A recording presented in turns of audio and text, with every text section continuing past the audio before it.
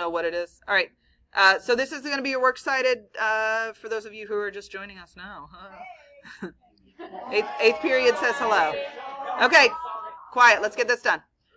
Okay, so you're going to go to header and page number again. You're going to go to page number, and you're going to click on the same one, the 1, 2.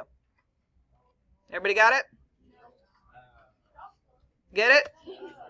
Click your arrow button. Hey, click your arrow button back behind the 1 and type in your last name. If it's up at the top like that, put your cursor in and enter down 1 like we did on the other page. Just do what I tell you and I'll let you, you'll understand. Just follow along. Shh.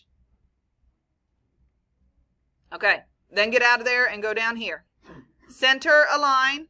When you're out of your header, click center align. It'll go to the middle. You're going to type in works cited. Enter and then go back to the left. Left align. Got it? Everybody with me?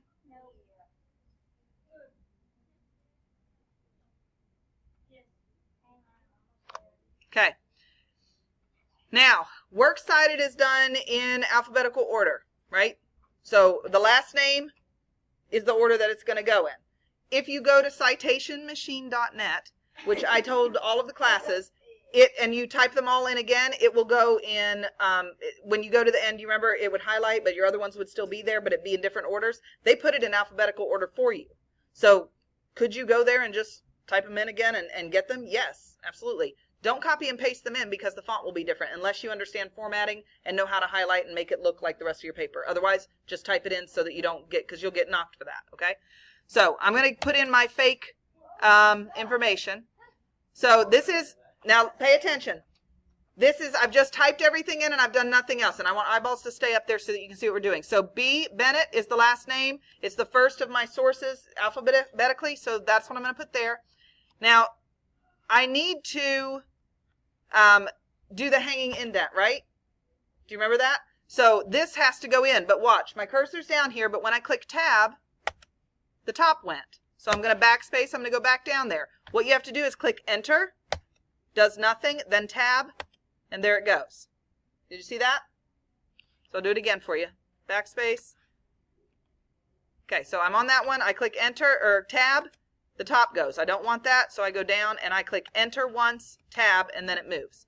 Now, notice this, if I have a website, when you type it in and hit space, it'll turn blue and have the link. We don't want that in there, okay? So what I'm going to do, I'm going to look at the space that I've got up here. It's about to document with the slash. So I'm going to put my cursor there and I'm going to hit the space bar. And then I'm going to go back here and back it up so that it'll be up on top. And then this one, I need to move over.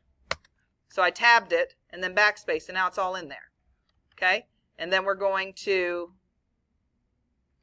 hover over this and click remove. Oh, move out of my way, woman. All right, remove. And then the link is gone and we're at the end, and I enter and enter again, or I'm sorry, backspace, and I can start my next one.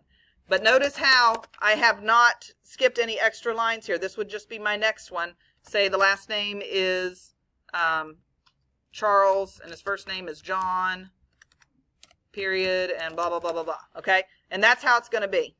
All right? So tab, enter first, and then tab to do your hanging indent, and this is how they all should look. All right?